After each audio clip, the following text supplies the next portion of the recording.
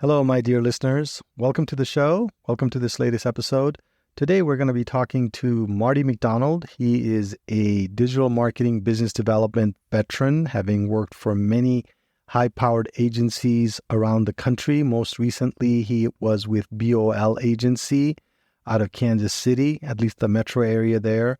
And so being from that metro area, we had to talk about Travis Kelce and Taylor Swift. What's that girl's name? Taylor Swift, I think that's her name. Haha, I'm making fun of that whole trend going on right now. But anyway, he was vice president of sales and commercial growth. He's had vice president roles of business development at many different companies and has been very successful working in digital marketing. One of the things that I've always enjoyed about Marty is that in addition to business development, he's actually a very strategic thinker.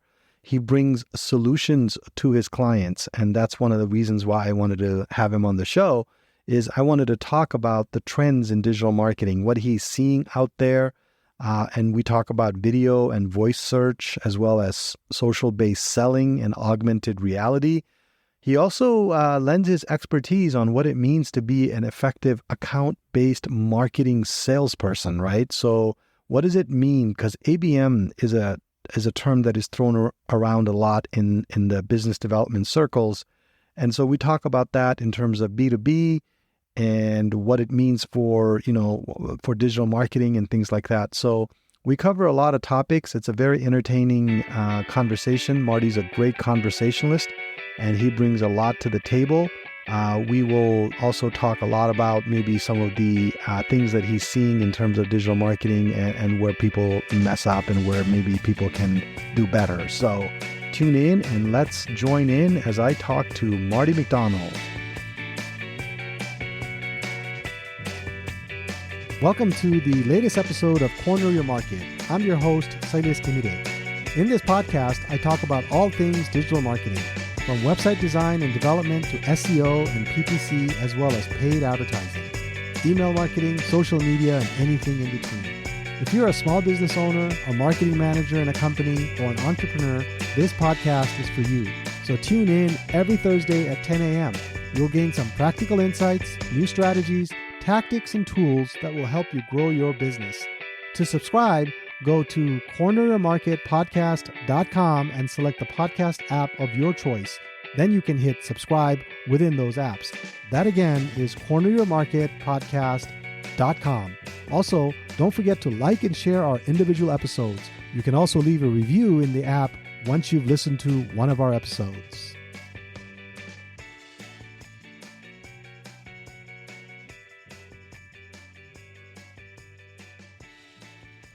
Well, I'm glad you're here, listeners. Today we have Marty McDonald. Like I said in the introduction, Marty and I have worked together on digital marketing, I think almost a decade ago. But Marty, do you want to say anything besides the introduction that I just gave? Anything that you want to add to your list? Because I've only known you for 10 years, but we worked like 3 or 4 years together there. So it's been a while. Yeah, no, thank you. A great opportunity to be here with you today and talk about digital marketing and some of the trends, directions, things that we can work on. I'm also here to confirm that Travis Kelce and Taylor Swift are an actual item, Shailesh. Are they really? They are. It's crazy. It's crazy. But Swiftie Nation is now a big member of Chiefs Kingdom. So we're excited for that. Wow. That's kind of, is she a Fairweather fan though? Because would she have been a Chiefs fan 10 years ago? Come on, Marty. It's funny. She was presented a Chiefs jersey by really? a backup quarterback for the Kansas City Chiefs named Chase Daniel. And that's, I want to say it was like 6 or 7 years ago, but the number was 89. And Travis Kelce's 87. So we're just 2 digits off. So I think really this might have been in some type of cosmic alignment that this was supposed to happen. Yeah. So it's a quick story on that. I was watching some football highlights on Sunday afternoon, and my daughter, all 4 of my daughters are Swifties right now. They're teenagers. My 17-year-old daughter comes up and says, "Dad, I want to watch the game with you." I'm like, what game? He's like, "Taylor Swift's at the game." I was like, I had no idea. I was only watching highlights. I didn't know that happened, and she wants to watch the game. I said, they already played. I don't record the Chiefs games, so we can't watch this. This is already gone. And she was so disappointed. And she said, this is the one time I want to watch football with you, and you don't even let me watch football with you. So anyway, so they have drawn in new fans. My daughter might end up being a Chiefs fan just because of Taylor Swift. So who knows? Well, I tell you, it's crazy what's happened since that game, right? And I was sitting at a sports bar catching up with some friends in Phoenix. My son was out there on a college recruiting visit, and we kind of knew that Taylor was going to be at Arrowhead. I'm also a part-time dabbler as a Chiefs insider for many years. Started the largest fan revolt back in 2012 that actually led to Andy Reid getting hired, and that's probably a whole other podcast, maybe a series of podcasts I can tell you about the power of digital. But we see the impact of what Taylor Swift being in Arrowhead did for Travis Kelce's brand. Right. He gained like a ridiculous number of new social media followers, like in the millions. His jersey sales increased by 400%. So, we could attribute this to marketing, and it's probably actually a good impromptu segue that we had to get into the meat and potatoes of our conversation today. Yeah, no, that's great. That's great, Marty. That's great. So, I mean, you kind of touched on it already. You've been in digital marketing for a long time. What are some new trends that you're seeing right now in 2023 as we end 2023, actually? Yeah, no, and I think it's a great question. I think there's about 6 trends that I've kind of called out here. Video marketing, you might not think it's a trend because it's been so popular and prevalent, but it just continues to dominate social media and other digital platforms. People really don't have time to read. They love to digest 1-minute videos. Everybody's attention span seems to be shrinking. And so video really aligns to that quite well. Yeah. The other thing I think is a big trend is content personalization, right? Being able to take your content and really tailor it to an individual preference using AI and data analytics is huge. This is kind of one of the core pillars of account-based marketing, which we'll touch on. I think voice search optimization, this is something that's been in the works for a few years. I just think that the engineering behind it has finally reached a point where it's becoming more impactful, more powerful. Yeah. Smart speakers, voice assistants, those are all really increasing in popularity. Heck, we just talk into our phone, and I don't know why I grabbed my phone and did a quick impromptu demo, but we speak into the phone and we expect it to give us what we want now, right? And I think the technology is better. I think social commerce is huge. We just talked about the impact of Taylor Swift and Travis Kelce, but how can brands integrate e-com into their social platforms for a more seamless shopping experience? I think is extremely important. I want to go back on the voice search thing. That's been a little bit of a black box for me, black hole for me a little bit.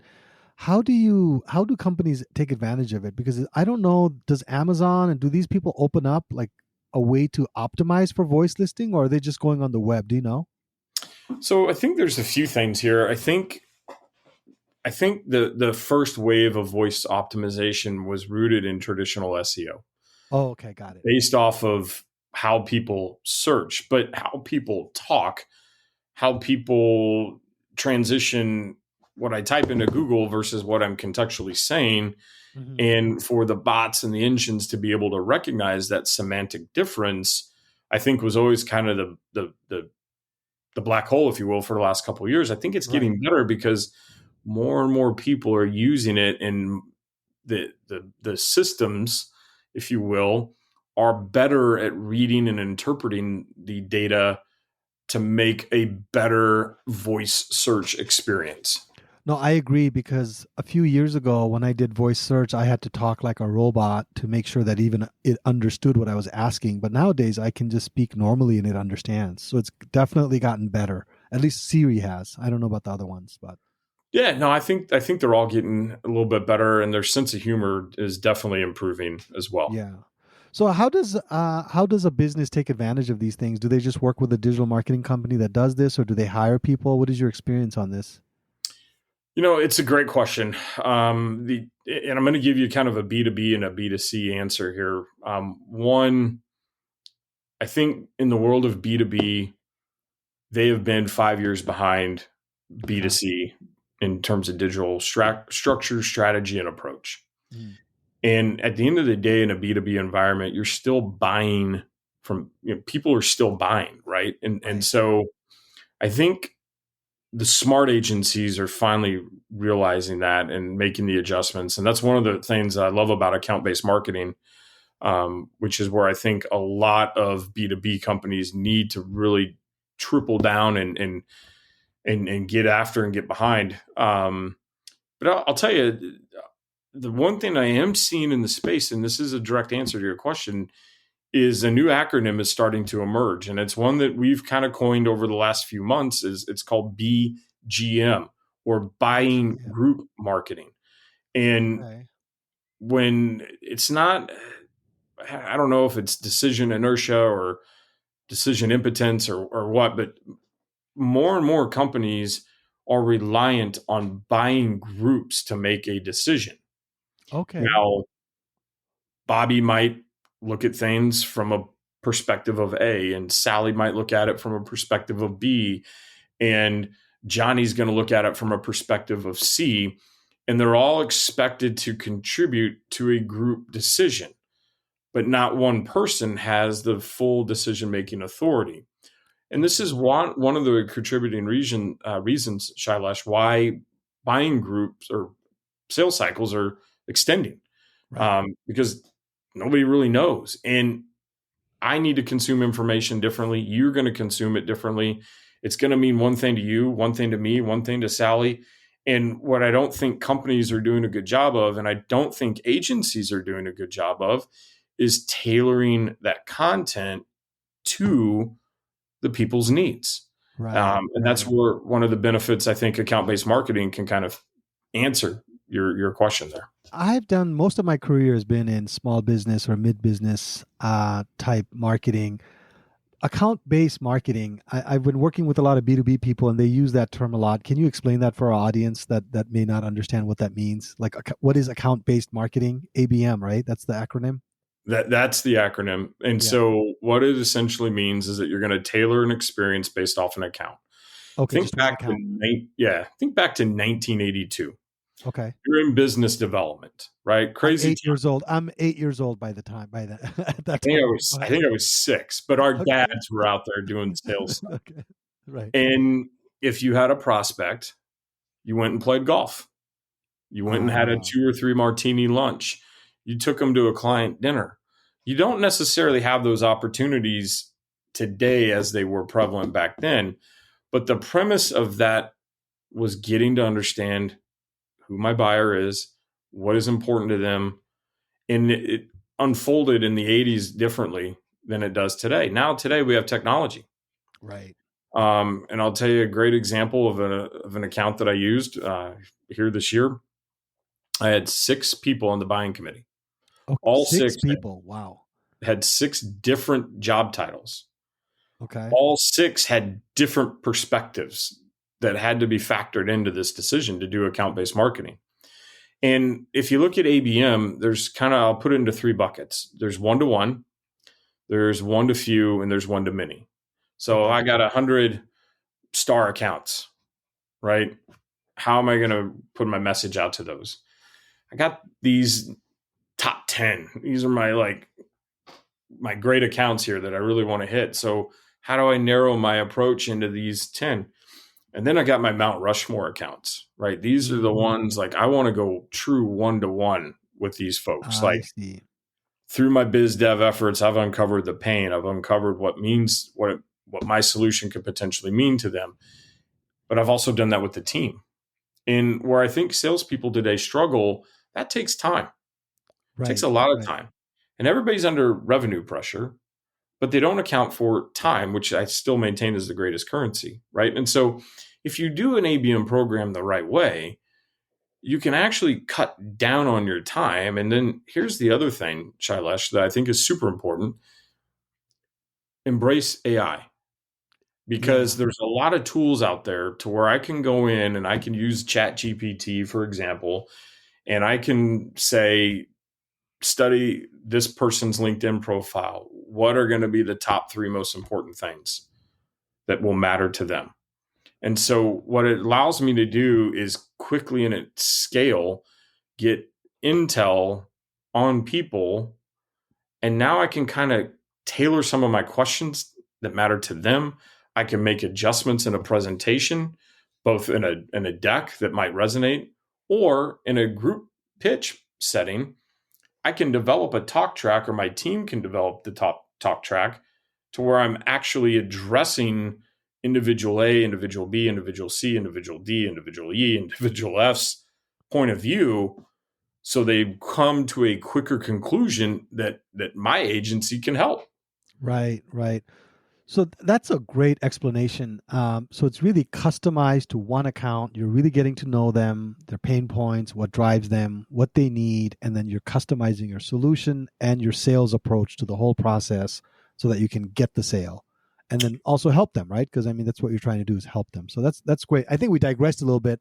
I'm going to go back a little bit to digital marketing here, but what are some great digital marketing campaigns you've worked on, Marty? Some highs, let's reminisce a little bit. Some great campaigns.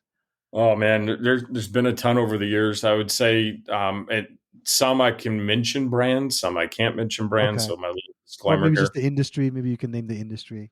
Yeah, I think from a historic perspective, some of the work that we did on Amco Right. was fun years ago. Very complex brand in the sense that there's individual owners, and then you've got regional groups, and they're an offshoot of a franchise, but the dealer group really drove the show there, right? And Mm-hmm. being able to structure a campaign for an Amco in tiny town USA versus a group of Amcos in a major DMA was That's a presented a challenge. lot of different, and we saw a lot of success. Mm-hmm. It was a fun campaign.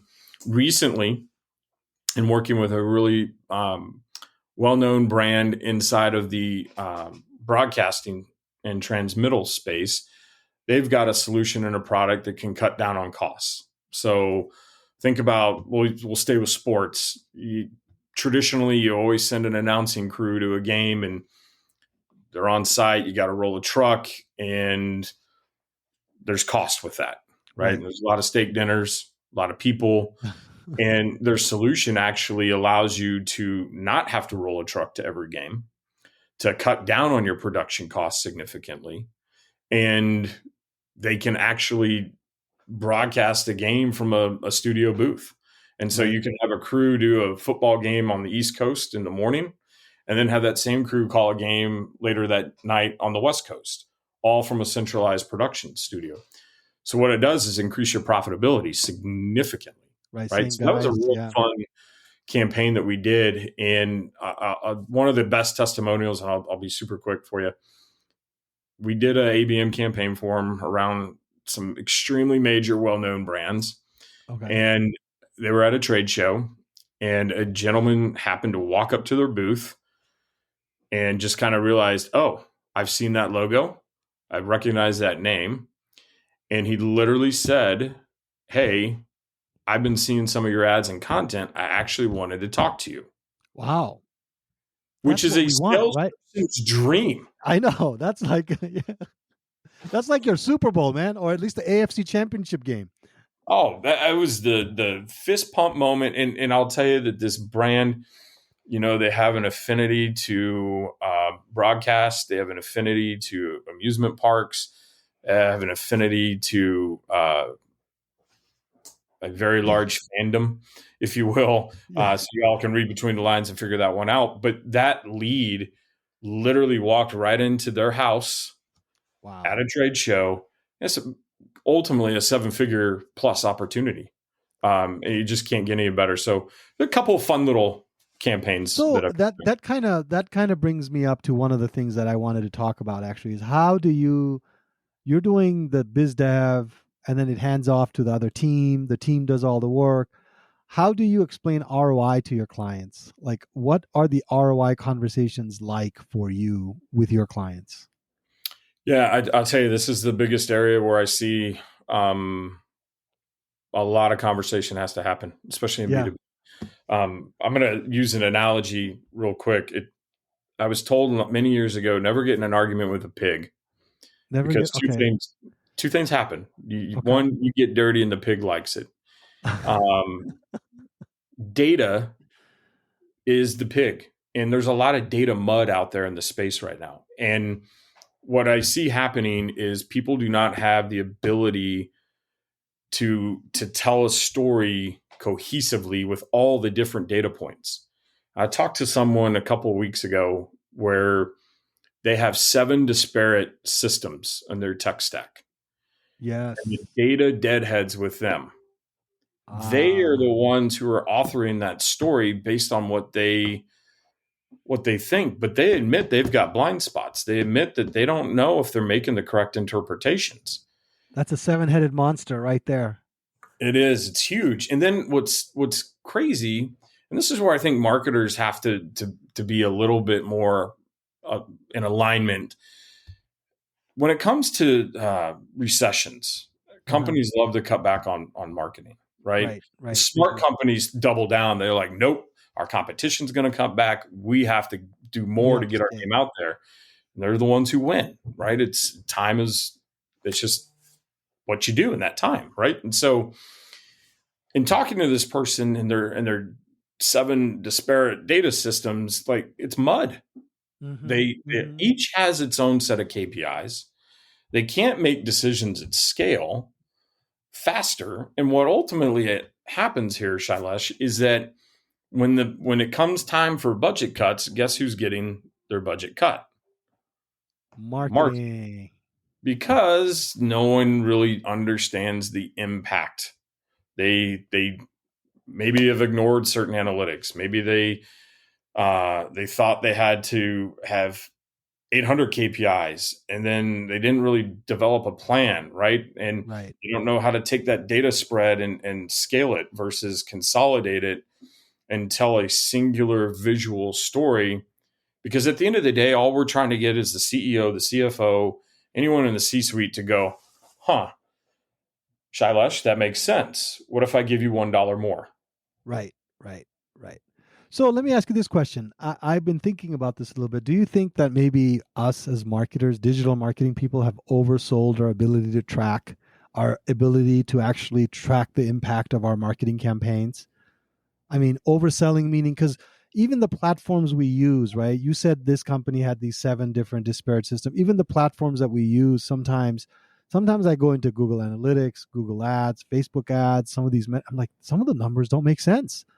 I'm like, what? That doesn't make any sense to me at all. You're saying I have 33 conversions and they're, anyway, and then we have to explain that, which is not even something we created, to our clients. And then it has to interface and match what the client has on their data end, right? The phone calls or the sales that they got. And it's a big mess. So do you think we have oversold the accuracy of our own tracking?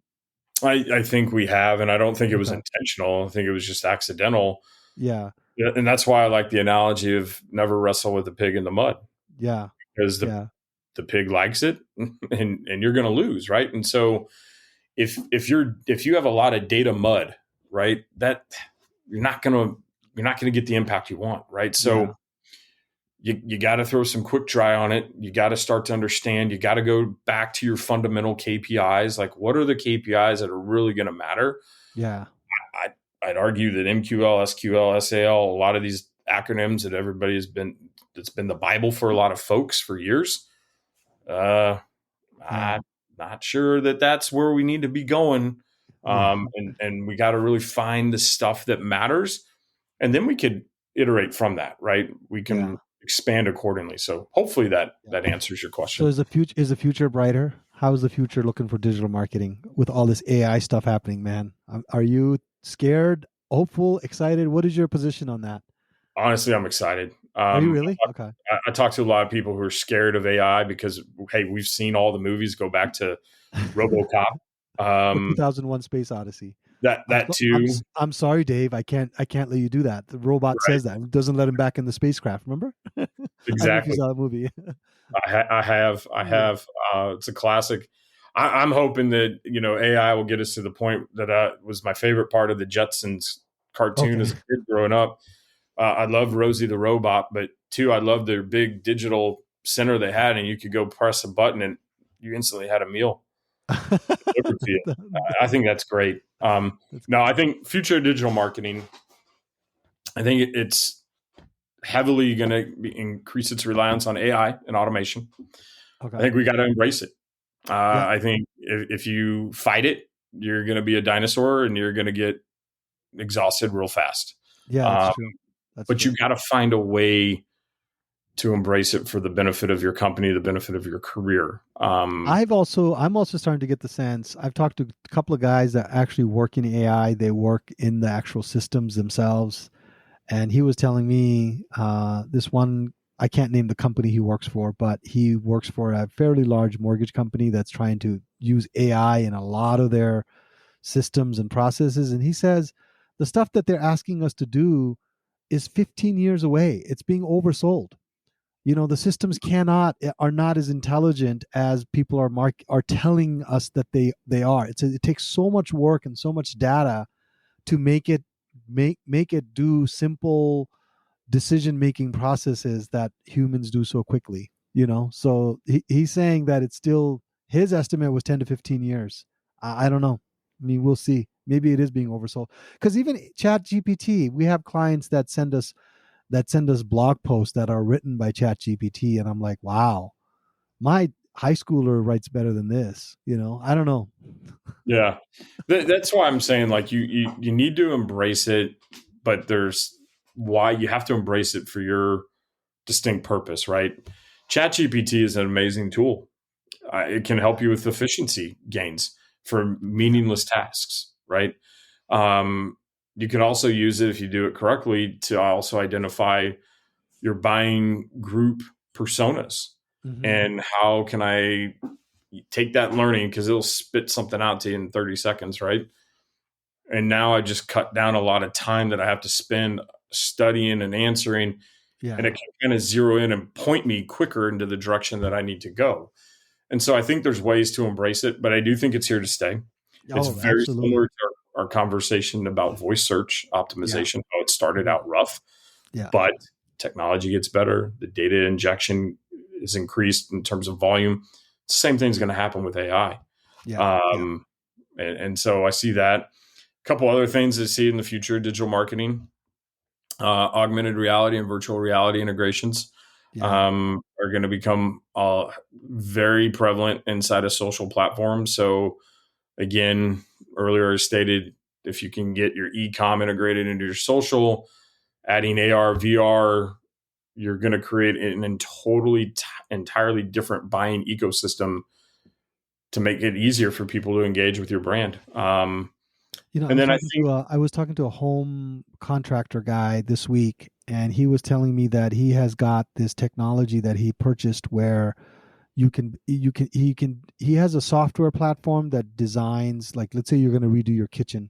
He designs it in this software platform, and then he has a customer put it on, and then they can visualize their kitchen the way that they're supposed to be. Isn't that amazing, man? I mean, can you imagine, like, as a seller of the whatever the knobs and the cabinet stuff, your rankings? I want to check this out. I want to see how this looks. That's another form of SEO right there that we haven't even thought of yet. 100%. It's funny. Back in I want to say it's 2018. And I was at a great agency called V Digital based in Phoenix. Great people there. Love those guys to death. We came up with something different for the IFA franchise show. Okay. We found a company and we spent $30,000 and we created these augmented VR headsets, and we had to get a bigger booth and we had to get couches because we couldn't have people putting this stuff on standing up. We wanted them to sit down. But what we did is we designed this virtual reality buyer's funnel. Wow. And as you went on, like, you could see the different journeys that we would bring people through. And it was fun and cool. It was a great way to get people to, like, stop and think about, hey, V Digital is a great agency to work with. They're strategic. But that was what, 5 years ago. Yeah. And we were doing that. And I'm sure that technology is better today. And I'm sure, and I don't know if they've continued to do it, but taking those type of innovative approaches to deliver your value prop is what people are going to latch onto. And absolutely. I just think the way the world's headed, get on or get off, honestly. Yeah. So where do you go to stay up to date? You mentioned Adweek, but that was a company thing. But what are some ways in which you stay up to date with everything that's going on in the marketplace? Blogs, podcasts. Podcasts. Your podcast is great. Thank you, Marty. I've caught some episodes. I'd love to hear it. I talk. I network. I have a cohort group that I work with of different sales leaders, from CROs to VPs. We actually just submitted our first BDR into our cohort because we all think the world of this young guy, and he's got a bright future. It doesn't work for me. He works for one of my friends, but the kid's going to be a dynamic dude down the road. So we talked there. I think tools like Winmo. Okay. Winmo. I've used Winmo for years, and my past agency I was just at, we didn't have Winmo, but did a demo trial with it. I think the amount of information that they're able to capture, a new CMO takes seat, right? And all of a sudden there's an article that's written by an actual human being, but it's born out of research, and you get like all their data spend information, right? And it allows you to have more intelligent conversations. I think there's some really interesting tools out there like Demandbase and Rollworks and 6 Sense. Some of the things that they're trying to do with buyer intent. I think just good old fashioned networking is key to staying up to date. Right. And just looking at different blogs. I don't have a go-to blog. There's a few that I look at. Sometimes the LinkedIn articles, every once in a while, people will post something on LinkedIn that are like, wow, this is really cool. LinkedIn's good. Reddit is another fun. Yeah.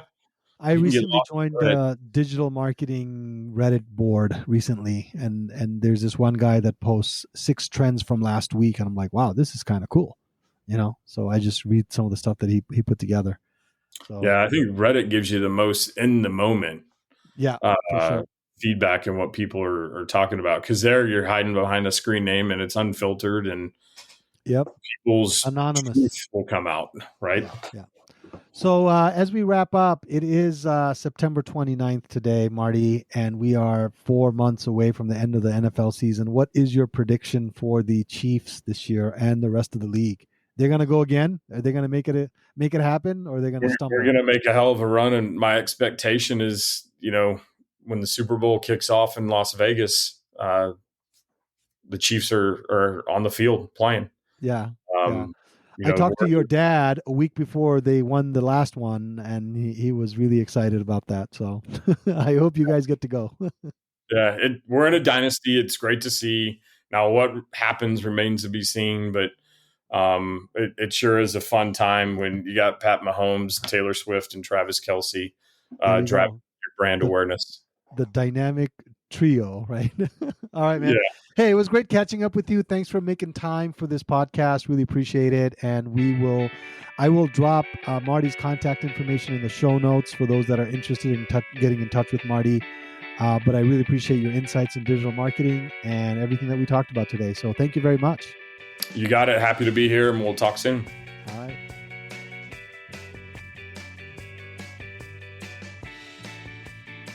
If you're a small business owner, a marketer in a company, or an entrepreneur, this podcast is for you. You'll become better educated and informed when it comes to digital marketing. And if you implement the strategies, tactics, and tools I discuss in this podcast, your business will grow and prosper. To subscribe, go to corneryourmarketpodcast.com. That again is corneryourmarketpodcast.com. You can also search for Corner Your Market in Apple Podcast, Spotify, Google Podcast, or wherever you get your podcast, and you can subscribe through those apps. Also, don't forget to like and share our individual episodes. You can also leave a review. Finally, I would love to hear from you, so if you have any questions, feedback, or general comments about the topics I discuss, feel free to send me an email. I will be sure to share and discuss your feedback on the air if it will benefit our listening audience. You can write to me at connect@corneryourmarketpodcast.com. Just put listener comment in the subject line. That email again is connect@corneryourmarketpodcast.com. Thanks for listening. I look forward to being back next week. Until then, be good and do good.